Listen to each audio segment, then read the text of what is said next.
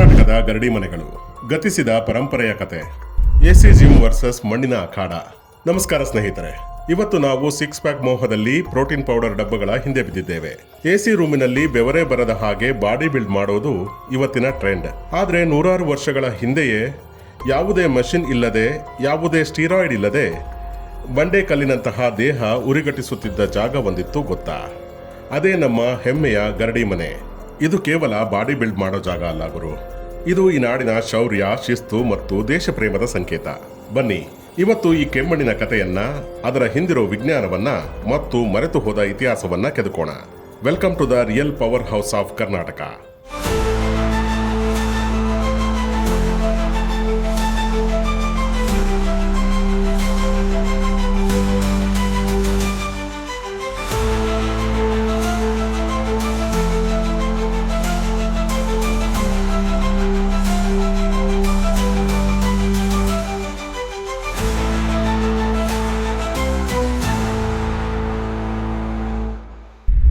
ಹೆಸರಿನ ಮೂಲ ಮತ್ತು ಇತಿಹಾಸದ ಆಳ.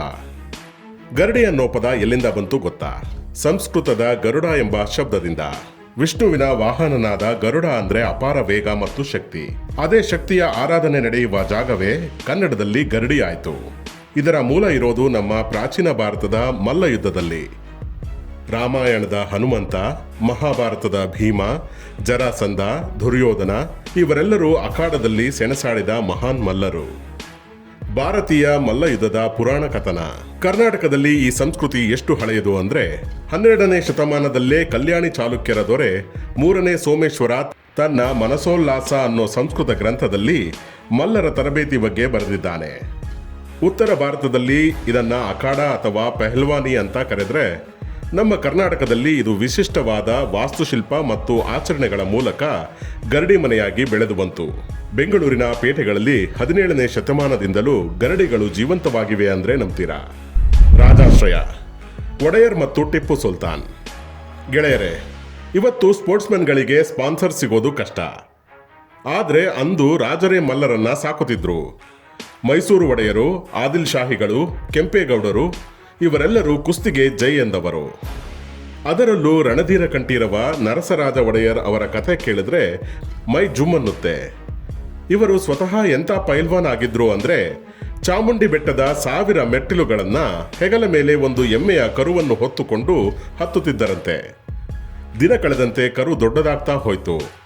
ರಾಜರ ಶಕ್ತಿನೂ ಹೆಚ್ಚಾಗ್ತಾ ಹೋಯ್ತು. ಅರಮನೆಗಳಲ್ಲಿ ವಾರಕ್ಕೊಮ್ಮೆ ಕುಸ್ತಿ ಪಂದ್ಯ ನಡೀತಿತ್ತು. ಗೆದ್ದವರಿಗೆ ಜಮೀನು, ಹಣ, ಅರಮನೆ ರಕ್ಷಕನ ಕೆಲಸ ಸಿಗ್ತಿತ್ತು.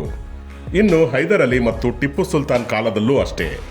ಗರಡಿ ಮನೆಗಳು ಅಕ್ಷರಶಃ ಸೈನಿಕ ತರಬೇತಿ ಕೇಂದ್ರಗಳಾಗಿದ್ವು. ಸ್ವತಃ ಹೈದರ್ ಅಲಿ ಬೆಂಗಳೂರಿನ ಅರಳೆಪೇಟೆಯ ದೊಡ್ಡ ಗರಡಿಗೆ ಬಂದು ಗದೆ ತಿರುಗಿಸುತ್ತಿದ್ದ ಅಂದ್ರೆ ಆ ಮಣ್ಣಿನ ಪವರ್ ಎಂಥದ್ದು ಇರಬೇಡ. ವಾಸ್ತುಶಿಲ್ಪ ಮತ್ತು ಮಣ್ಣಿನ ವಿಜ್ಞಾನ.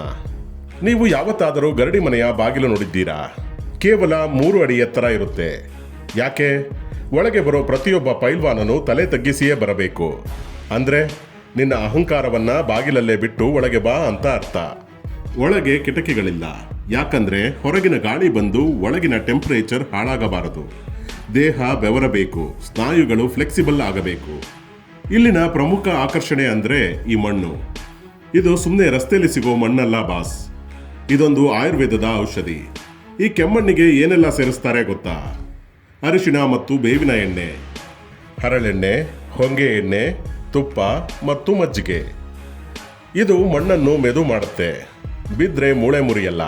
ಅಷ್ಟೇ ಅಲ್ಲ, ಪೈಲ್ವಾನರು ಪ್ರಾಕ್ಟೀಸ್ ಆದ್ಮೇಲೆ ಇದೇ ಮಣ್ಣನ್ನ ಮೈಗೆ ಹಚ್ಕೊಂಡು ಸ್ನಾನ ಮಾಡ್ತಾರೆ. ಇದು ಬೆವರಿನ ಕಲ್ಮಶವನ್ನ ಹೀರಿಕೊಳ್ಳುತ್ತೆ.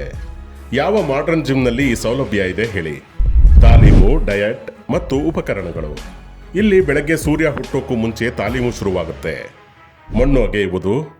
ಹೌದು, ಪೈಲ್ವಾನರು ಮೊದಲು ಸನಿಕೆ ಹಿಡಿದು ಅಖಾಡದ ಮಣ್ಣನ್ನ ಅಗದು ಸಮ ಮಾಡಬೇಕು. ಇದೇ ಬೆಸ್ಟ್ ವಾರ್ಮ್ ಅಪ್. ದಂಡ ಮತ್ತು ಬಸ್ಕಿ. ಸಾವಿರಾರು ಸಂಖ್ಯೆಯಲ್ಲಿ ಪುಷ್ಅಪ್ಸ್ ಮತ್ತು ಸ್ಕ್ವಾಟ್ಸ್. ಗದೆ, ಹನುಮಂತನ ಆಯುಧ. ಭುಜದ ಬಲಕ್ಕೆ ಇದಕ್ಕಿಂತ ಬೆಸ್ಟ್ ಎಕ್ಸಸೈಸ್ ಇಲ್ಲ. ಕಲ್ಲುಗುಂಡು ಮತ್ತು ಮಲ್ಲಕಂಬ. ಇಡೀ ದೇಹದ ಬ್ಯಾಲೆನ್ಸ್ ಮತ್ತು ಫೋಕಸ್ಗೆ ಇದು ರಾಮಬಾಣ.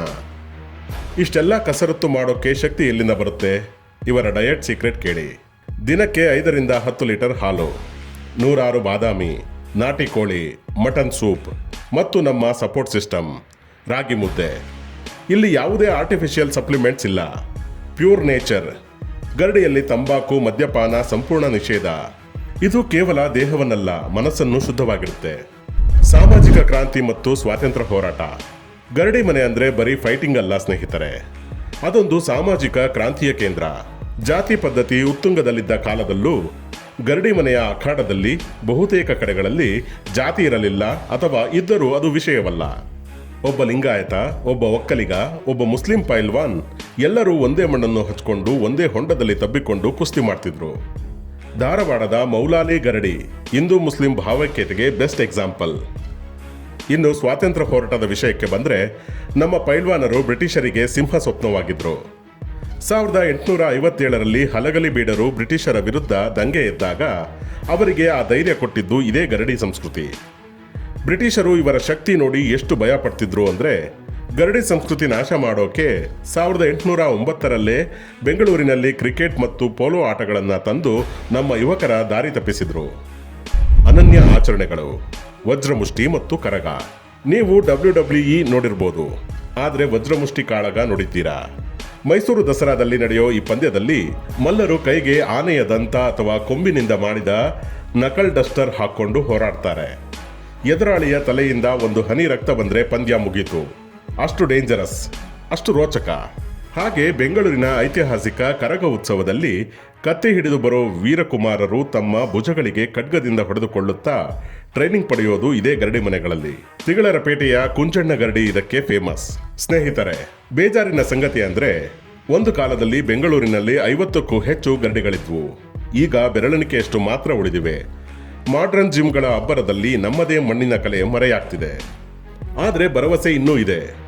ಅಮೀರ್ ಖಾನ್ ಅವರ ದಂಗಲ್, ಸುದೀಪ್ ಅವರ ಪೈಲ್ವಾನ್ ಮತ್ತು ಸುಲ್ತಾನ್ ಅಂತಹ ಸಿನಿಮಾಗಳು ಗರಡಿ ಮನೆಗಳ ಬಗ್ಗೆ ಮತ್ತೆ ಕ್ರೇಜ್ ಹುಟ್ಟಿಸಿವೆ. ಕೋವಿಡ್ ನಂತರ ಜನರಿಗೆ ನ್ಯಾಚುರಲ್ ಫಿಟ್ನೆಸ್ ಬೆಲೆ ಗೊತ್ತಾಗ್ತಿದೆ. ಗರಡಿ ಮನೆ ಕೇವಲ ಸ್ನಾಯು ಬೆಳೆಸುವ ಕಾರ್ಖಾನೆ ಅಲ್ಲ, ಅದು ಮನುಷ್ಯತ್ವ ಬೆಳೆಸುವ ವಿಶ್ವವಿದ್ಯಾಲಯ. ಅಲ್ಲಿ ಕಲಿಯುವ ಶಿಸ್ತು ಮತ್ತು ದೇಶಪ್ರೇಮ ಬೇರೆ ಎಲ್ಲೂ ಸಿಗಲ್ಲ. ಸರ್ಕಾರ ಇದನ್ನ ಪರಂಪರೆಯ ತಾಣ ಅಂತ ಘೋಷಿಸಬೇಕು. ನಾವು ನಮ್ಮ ಮುಂದಿನ ಪೀಳಿಗೆಗೆ ಈ ಮಣ್ಣಿನ ಸೊಗಡನ್ನ ಉಳಿಸಿಕೊಡಬೇಕು. ನೀವು ಜಿಮ್ಗೆ ಹೋಗಿ, ಬೇಡ ಅನ್ನಲ್ಲ, ಆದರೆ ಜೀವನದಲ್ಲಿ ಒಮ್ಮೆಯಾದ್ರೂ ನಿಮ್ಮ ಊರಿನ ಗರಡಿ ಮನೆಗೆ ಹೋಗಿ ಆ ಮಣ್ಣನ್ನ ಮುಟ್ಟಿ ನೋಡಿ. ಆ ಶಕ್ತಿ ನಿಮಗೂ ಬರುತ್ತೆ. ಈ ವಿಡಿಯೋ ಇಷ್ಟ ಆಗಿದ್ರೆ ಶೇರ್ ಮಾಡಿ. ನಮ್ಮ ಸಂಸ್ಕೃತಿಯನ್ನ ಉಳಿಸೋಣ. ಜೈ ಹಿಂದ್, ಜೈ ಕರ್ನಾಟಕ.